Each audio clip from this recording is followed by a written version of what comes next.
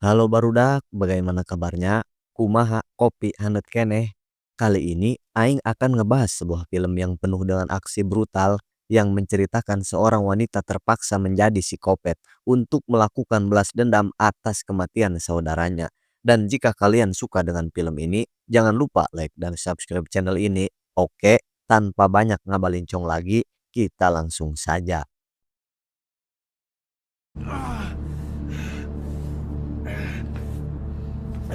Berlatar di kota Inggris, kisah akan dimulai dengan memperlihatkan seorang wanita bernama Jess dan saudara perempuannya bernama Laura. Keduanya bertemu setelah sekian lama dan Laura mengungkapkan bagaimana dia telah merencanakan perjalanan penuh petualangan untuk mereka berdua. Yeah, it'll be good for you. You're gonna be out in nature, chopping firewood. Setelah berkendara selama berjam-jam, kedua saudari itu akhirnya tiba di sebuah pondok pesantren terpencil yang terisolasi jauh di tengah hutan belantara. This is us for the next few days. That's cute. Come on then. Setelah sedikit menyegarkan diri, keduanya bersiap untuk mendaki di hutan terdekat. Mereka memutuskan untuk berlomba, di mana Laura mengajarkan beberapa teknik kepada adiknya tentang cara berlari dengan lebih baik. Kemudian, keduanya mendekati danau terdekat untuk berenang. Foxy, why are you getting in there?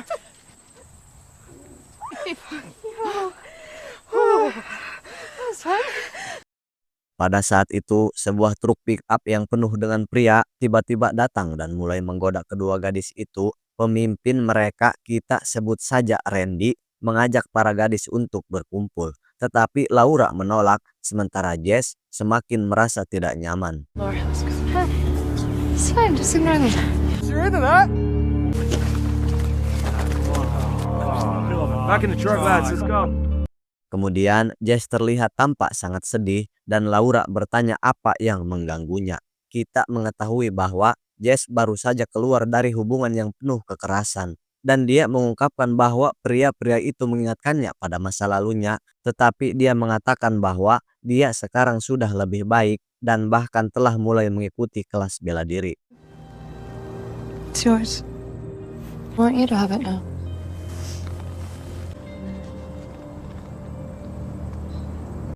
Singkat cerita, malam pun hitam. Laura sedang menyiapkan makan malam dan mengungkapkan bahwa dia menggunakan semua anggur merah mereka untuk membuat dodol. Oleh karena itu, dia meminta saudara perempuannya untuk pergi ke kota dan membeli minuman untuk mereka.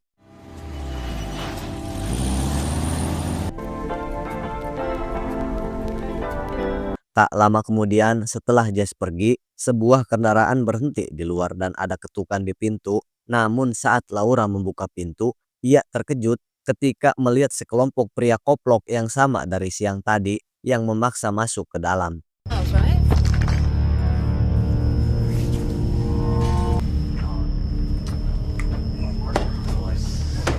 Si Randy belegug ini menanyakan di mana gadis lainnya berada dan Laura berbohong. Ia mengatakan kepadanya bahwa mereka sedang bertengkar dan dia pergi sementara teman-temannya akan menjemputnya.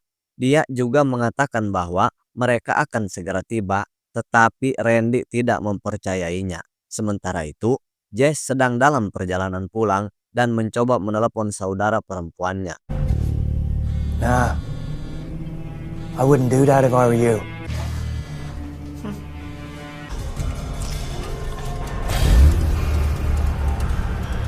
Pada saat yang sama, Randy memperingatkan Laura untuk bersikap baik dan menuruti perintah mereka atau keadaan bisa menjadi buruk. Namun dia menolak untuk diancam dan langsung memukulnya. Sehingga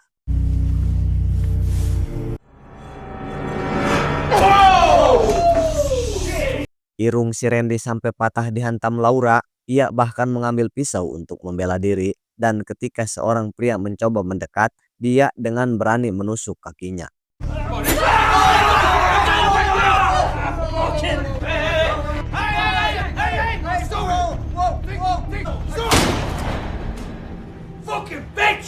Para preman belegug itu mulai panik sehingga Randy memerintahkan seorang pria bernama Ken untuk menyingkirkan mayat itu. dan menelepon ketika gadis lainnya tiba. Sementara semua orang lainnya pergi, meninggalkan Ken sendirian bersama mayat itu.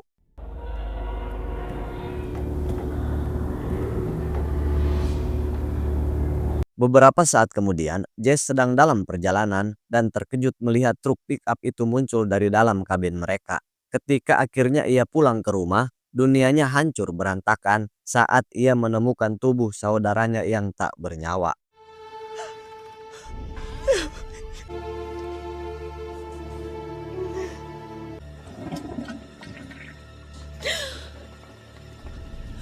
Beberapa saat kemudian, Ken datang membawa sekop untuk mengubur mayat itu, tetapi dia tidak mampu melakukannya. Ia pun mengambil anggur dari dapur dan mulai minum, sama sekali tidak menyadari bahwa Jess sedang mengawasinya.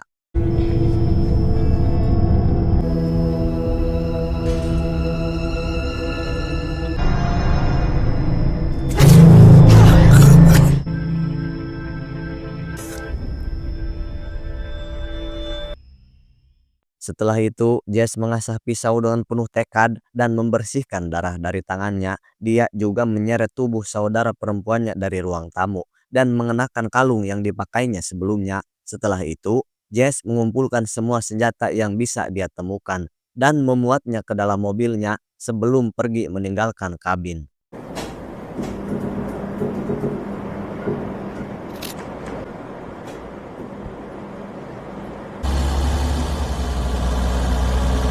Tidak jauh dari situ, kita melihat 4 preman memeriksa barang-barang dan uang tunai yang mereka curi, sementara Randy duduk di dalam mobilnya merawat hidungnya yang patah.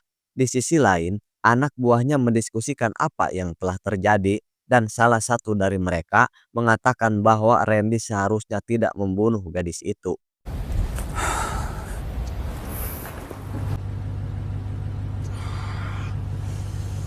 Di sisi lain, Ken seharusnya menelepon kembali 1 jam yang lalu, tetapi belum juga ada kabar. Sehingga kelompok mereka memutuskan untuk melarikan diri tanpa Randy, tetapi salah satu dari mereka keberatan dan menyuruh yang lain untuk lebih berani. Beberapa saat kemudian, pria yang terluka oleh Laura sebelumnya menuju ke ruangan lain.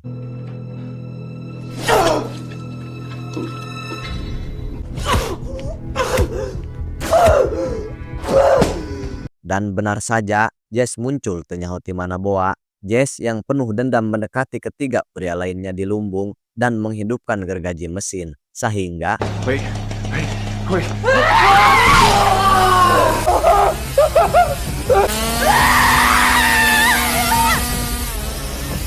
wanying, mengerikan sekali lur. Sementara itu, Randy masih berada di dalam mobilnya. Si koplok itu memutar musik sehingga tidak menyadari kekacauan di dalam ruangan. Di sisi lain, Jess diserang oleh seorang pria yang masih hidup.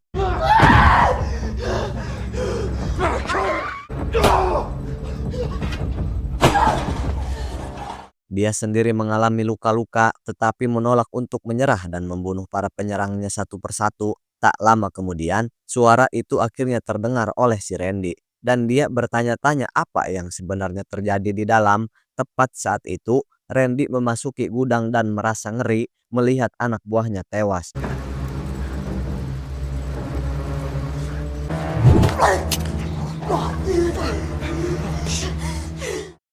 Jess kemudian mengambil pistol dan menghabisi orang terakhir. Di tempat lain, Randy sedang berjalan sendirian di jalan yang sepi. Namun tiba-tiba sebuah mobil mendekatinya.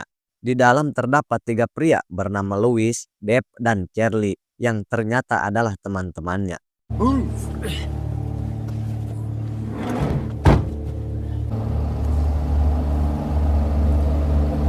Di sisi lain, Jess juga memperhatikan mereka dari dalam hutan dan memutuskan untuk mengikuti. Tak lama kemudian, para preman mendekati mobil Jess dan mencoba mendobraknya, di mana mereka menemukan sejumlah perkakas. And now she has a gun. Shit. Randy memeriksa dan menemukan paspor wanita itu yang kemudian ia putuskan untuk disimpan. Kemudian dia memerintahkan anak buahnya untuk menusuk ban mobil wanita itu agar dia tidak bisa mengikuti mereka.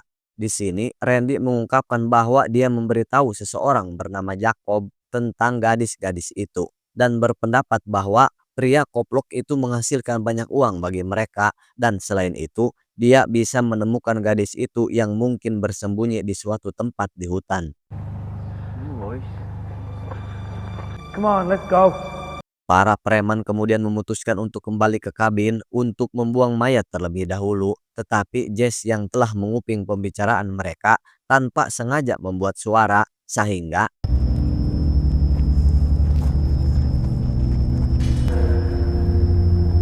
Tragic accident. Randy menjelaskan bahwa apa yang terjadi pada saudara perempuannya hanyalah sebuah kecelakaan. Dia bersikeras bahwa belum terlambat untuk berteman dan menuntut agar wanita itu mengungkapkan jati dirinya, tetapi dia tidak menyadari bahwa dia baru saja berjalan tepat di depannya. But I have much.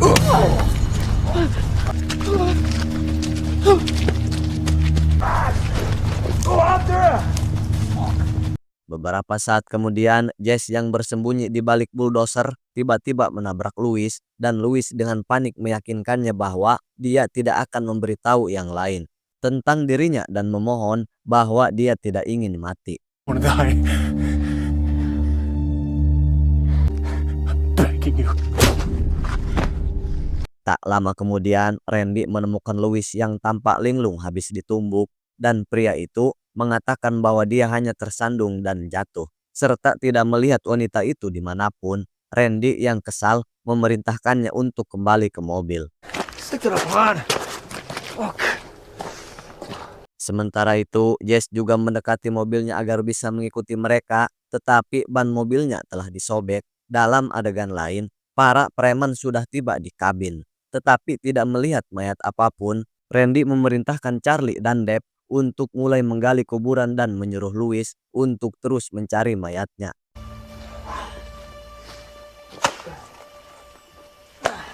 Sementara itu, Jess terlihat berlari menembus hutan, tetapi dia segera kelelahan dan tidak memiliki kekuatan untuk melanjutkan. Dia mengingat kembali teknik-teknik yang diajarkan Laura padanya dan menggunakannya untuk memotivasi dirinya sendiri agar terus maju.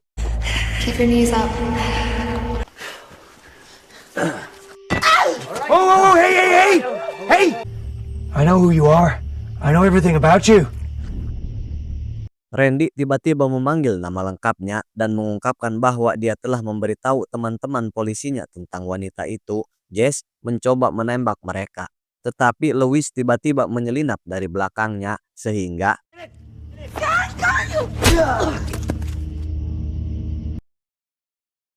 tak lama kemudian Jess terbangun di dalam rumah dengan tangan dan kakinya terikat. Dia berhasil melepaskan ikatan dari kakinya, tetapi kesulitan dengan tangannya. Untungnya, dia membuka laci dan menemukan sebuah pisau.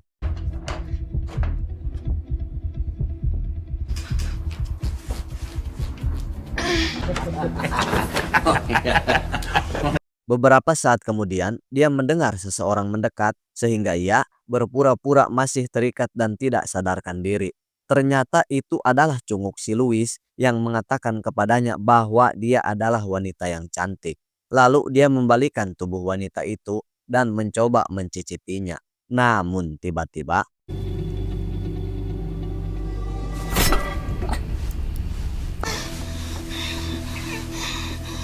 ketika hal ini terjadi, di lantai bawah, Deb dan Charlie mendengar suara-suara samar sehingga mereka memutuskan untuk memeriksanya. Mereka tiba di ruangan itu dan mendengar Louis mendesah. Ternyata di dalam, Jess perlahan-lahan menghabisi nyawanya. Saat mereka membuka pintu,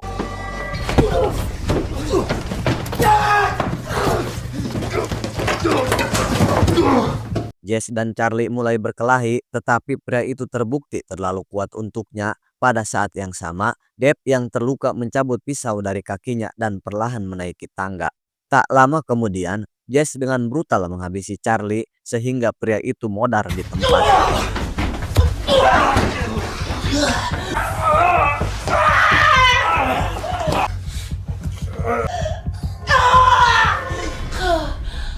Tak lama kemudian, Deb datang dan menembaknya di bahu. Dia menumbuknya dengan pistol dan mulai membanting kepalanya ke meja dengan brutal. Namun wanita yang marah itu tidak tinggal diam.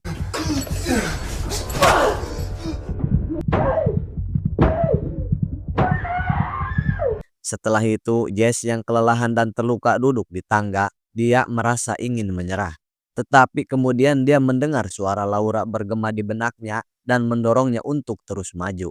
Maka dari itu, Jess mengumpulkan sisa keberaniannya dan menuangkan alkohol ke lukanya untuk mengeluarkan peluru di tubuhnya.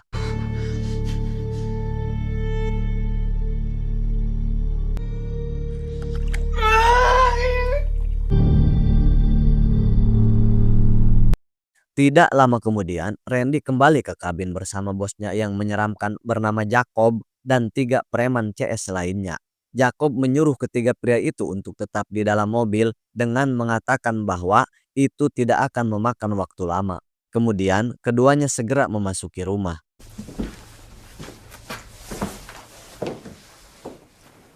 Jacob memarahi Randy karena menyebabkan kekacauan, memperingatkan bahwa kekacauan ini tidak baik untuk bisnis mereka. Namun Randy bersikeras bahwa dia mengendalikan semuanya. Selanjutnya, kedua pria itu menuju ke kamar di lantai atas, tetapi mereka tidak menemukan Jess dimanapun.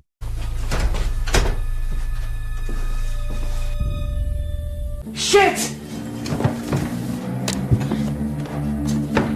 Jess juga menyumpal beberapa pakaian di bawah pintu, mencegah gas keluar dan membuat kedua pria itu terjebak di dalam. Sementara itu di luar, ketiga pria itu mulai khawatir karena bos mereka belum juga kembali. Sehingga salah satu dari mereka memutuskan untuk memeriksa.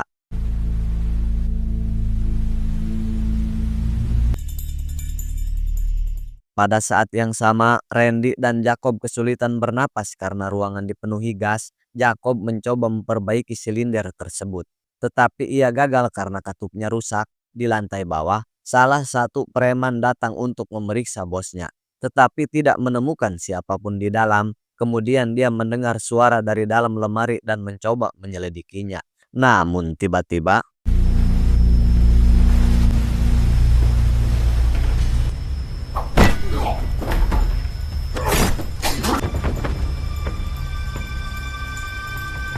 akibat kejadian ini, akhirnya terdengar oleh kedua pria di luar. Mereka memasuki rumah dengan bersenjata. Tetapi Jess sudah menunggu dengan pistol. Dia memperingatkan mereka untuk tidak bergerak. Tetapi salah satu dari mereka melangkah lebih dekat sehingga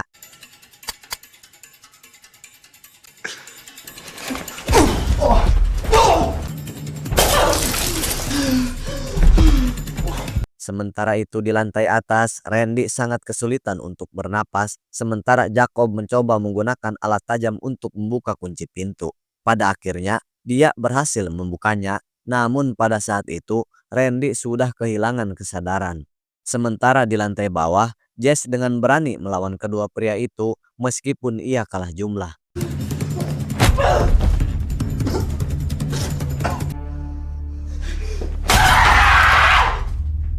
Pria lainnya mencoba bangkit dan melarikan diri, tetapi Jess melemparkan pisau tepat ke jantungnya. Sehingga pria itu modar di tempat. Semua pembunuhan ini sangat membebani Jess dan dia mulai menangis tepat saat Jacob tiba dan mengejarnya dari belakang.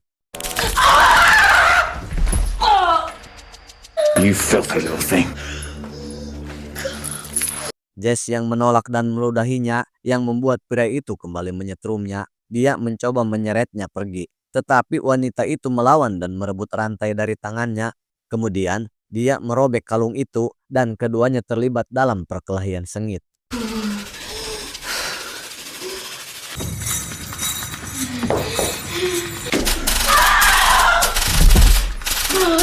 Pria itu terbukti terlalu kuat untuknya dan terlebih lagi Jess kelelahan dan terluka akibat kejadian malam itu. Namun pada saat itu Jess berhasil merebut alat setrum yang kemudian ia gunakan untuk melawannya.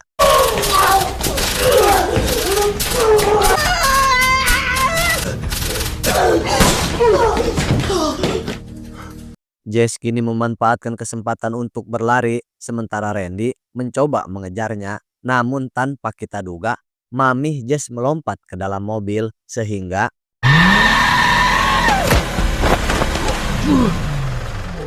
meskipun kesakitan, Randy berusaha berdiri dan berlari menuju lumbung terdekat. Jess menembaknya di bahu, membuatnya terjatuh ke tanah. Namun sebelum dia bisa menghabisinya, pria itu melawan dan menyeretnya, sehingga perkelahian brutal pun terjadi.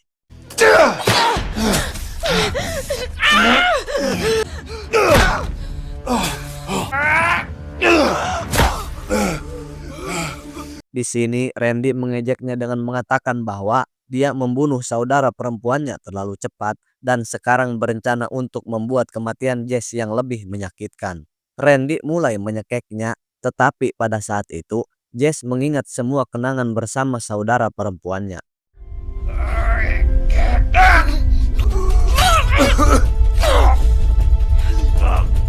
Wanita yang marah itu tanpa ampun menusuknya berkali-kali sambil berteriak dan mencoba menghabisinya. Dengan perasaan ngeri, pria jahat itu memohon padanya untuk berhenti dan berjanji akan memberinya semua uang di dunia. Namun Jess tidak peduli dan mengambil sebatang udud dari sakunya. That's what you said to me.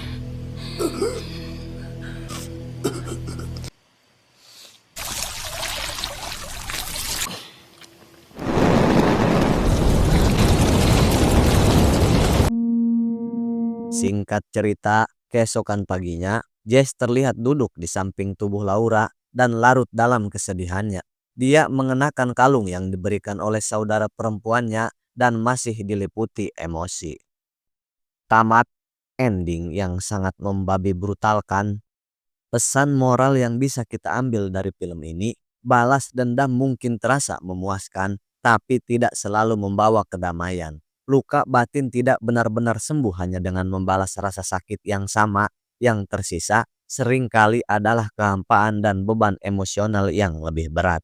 Dan aing pamit undur diri, sampai jumpa di video selanjutnya.